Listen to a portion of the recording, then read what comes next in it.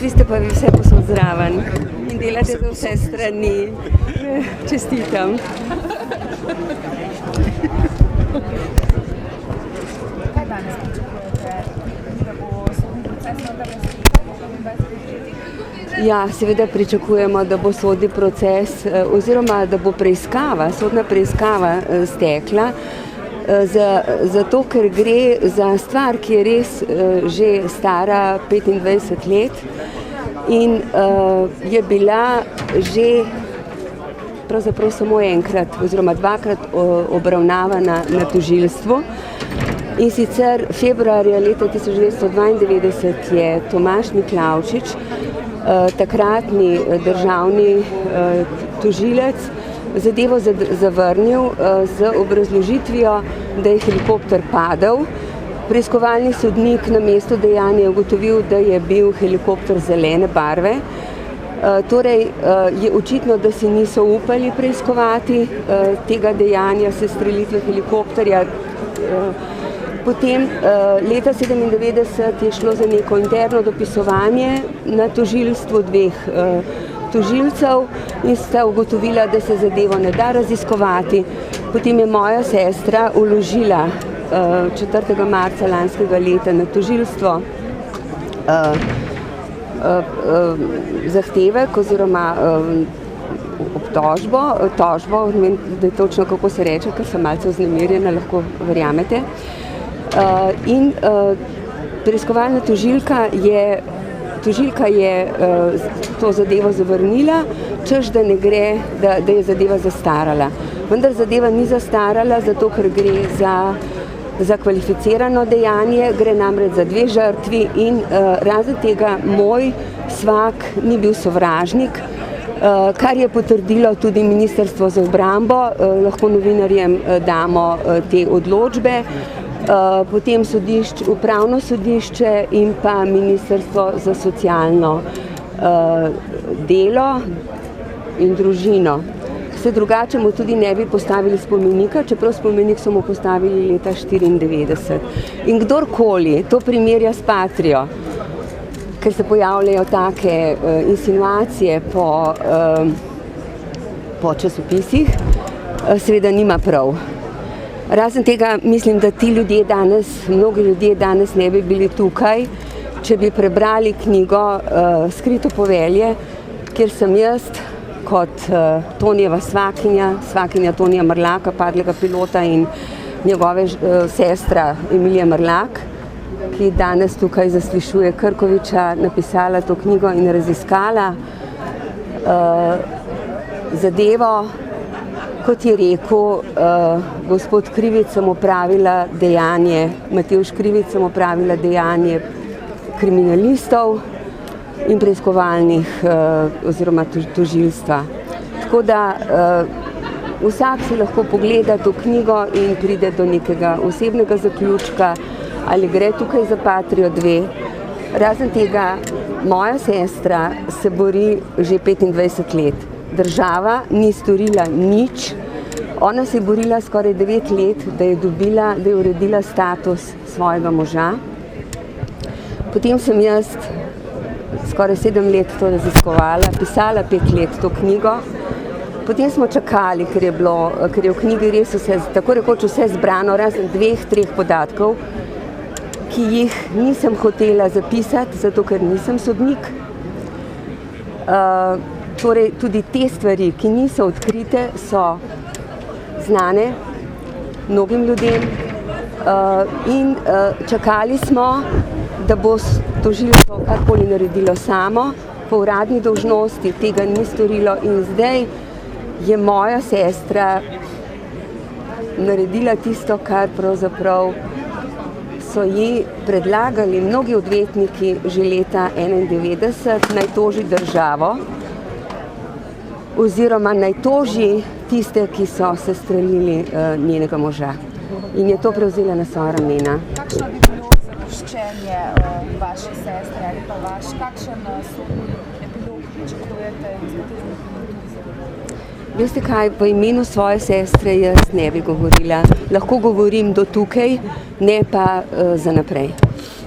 ampak verjamem, da je prišla po pravico in potrditi resnico, drugače ne bi bilo tukaj danes. Je pa, kot lahko verjamete, to ni lahko. Medtem so bili razni pritiski, bom rekla, tudi sledenja in tako naprej, raznih služb. Jaz sem na to sicer navajena, ampak ni pa prijetno. Povem pa tudi pred kamerami, zato če se komorkoli iz naše družine kaj zgodi. Zanikate torej, da je politično motiviran?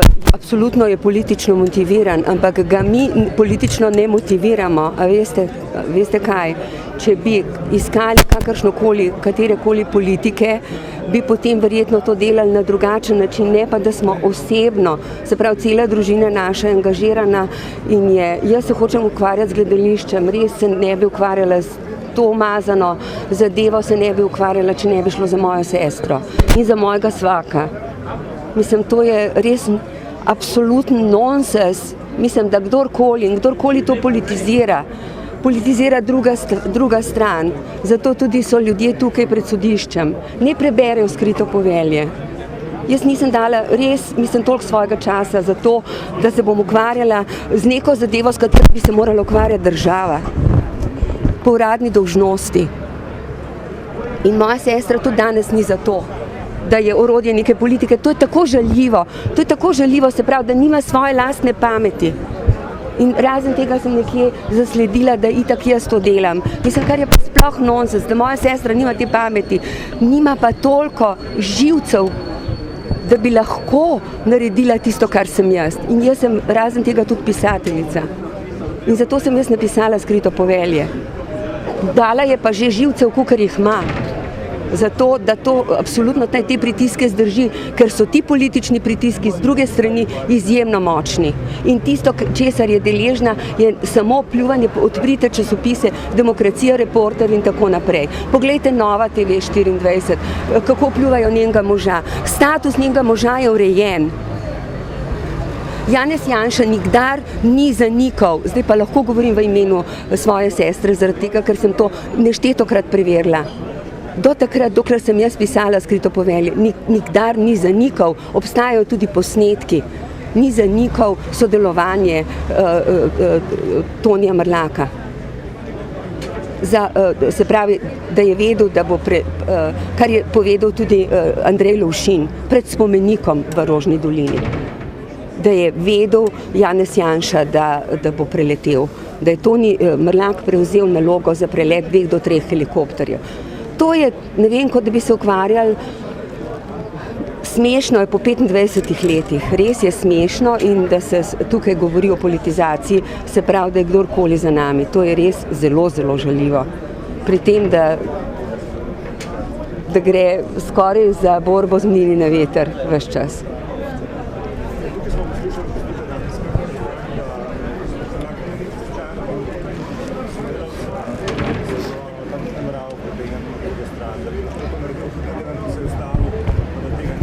Ja, veste kaj, to je ena od takih izjav, ki je zelo žaljiva. In tudi zato je moja sestra danes na sodišču kot zasebna tožilka in ravno zato, ker hoče, da se ta stvar razčisti. Je pa pravzaprav neverjetno, da to gospod Krkovič govori po toliko letih. Morda on ni vedel, vprašajte gospoda Kacina, vprašajte Ela Rijavca in vprašajte gospoda Lovšina, kaj je izjavilo leta 2000. Najdete vse to, tudi moje podatke v skritem povelju. Absolutno, od avgusta 1990, tukaj ne gre za prestop. On, ko se je odločil, da bo sodeloval s takratnimi obrambnimi silami, slovenskimi obrambnimi silami, to je avgusta 1990, kar je izpričano tudi na sodišču in obstaja na upravnem sodišču dokument, ki ga je potrjen od Ministrstva za obrambo, torej so te zadeve že urejene, da je bil tajni sodelavec teritorialne obrambe. Torej, mi se ne pogovarjamo o tem, ali je bila prej kura ali je bilo jajce. Nikakor ne.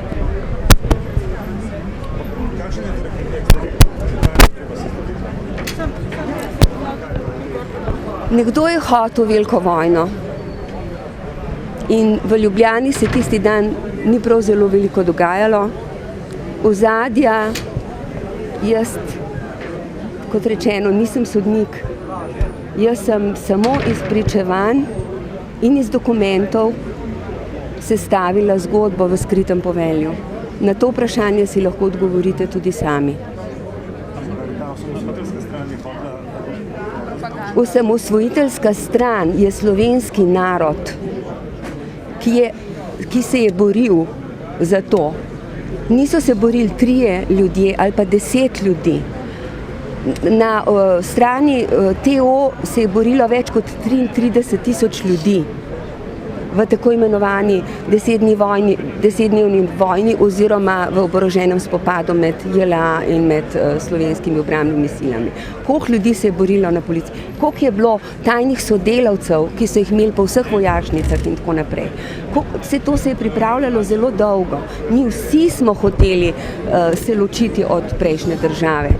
Zato, ker zdaj pa nekdo je hotel biti še večji heroj, kot je bil, ker zagotovo jim gre zelo veliko zaslug tistim, ki hočejo biti večji heroji, ampak ne pa vse zasluge za to, da se je izboril ta spopad. Kako naj bi gospod Krkovič imel, ko je helikopter? Ta helikopter naj bi imel znake JLA, ne? Ja, veste kaj, obstajajo neka pravila za bojevanje, ne? In poznamo defenzivno in ofenzivno bojevanje. Predsedstvo Republike Slovenije, ki je bil vrhovni poveljnik, ni izdalo nikakršnega ukaza kot poveljnik za ofenzivno bojevanje, ampak samo za obrambo. Torej, lahko kdo reče, da je, kot govori ves čas gospod Krkovič, da je helikopter, ki ni bil niti izvidniški, ampak je šlo za šolski helikopter Gazela, ker izvidniški je drugačen, ima tiste daljnoglede gor, se pravi, da ni helikopter niti izvedoval, kot so izjavile priče, je letel zelo nizko, torej ni imel nobenih zlih namenov. Obstajata 2 sporočili za javnost naslednjega dne, to najdete v moji knjigi.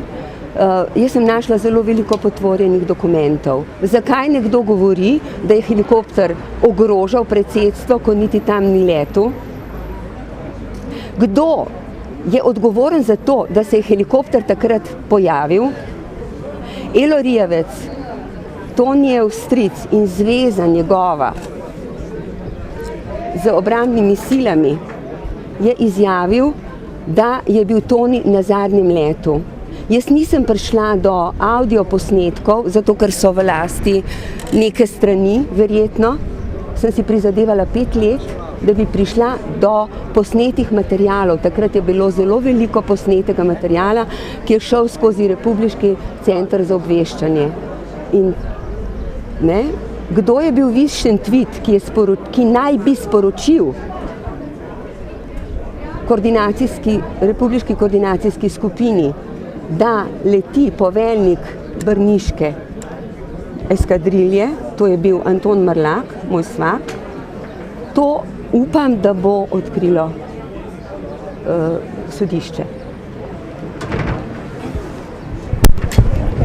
Hvala.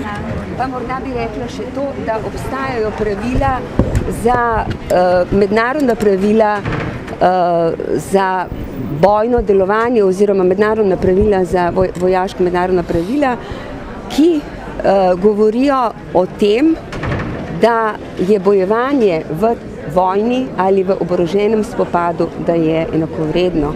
Torej bo treba vse te stvari natančno preučiti, potem pa mogoče malo več govoriti. Verjemite, da smo jih mi preučili, zato ker smo sami, imamo skupino odvetnikov, ki nam pro bono pač svetuje in to je to.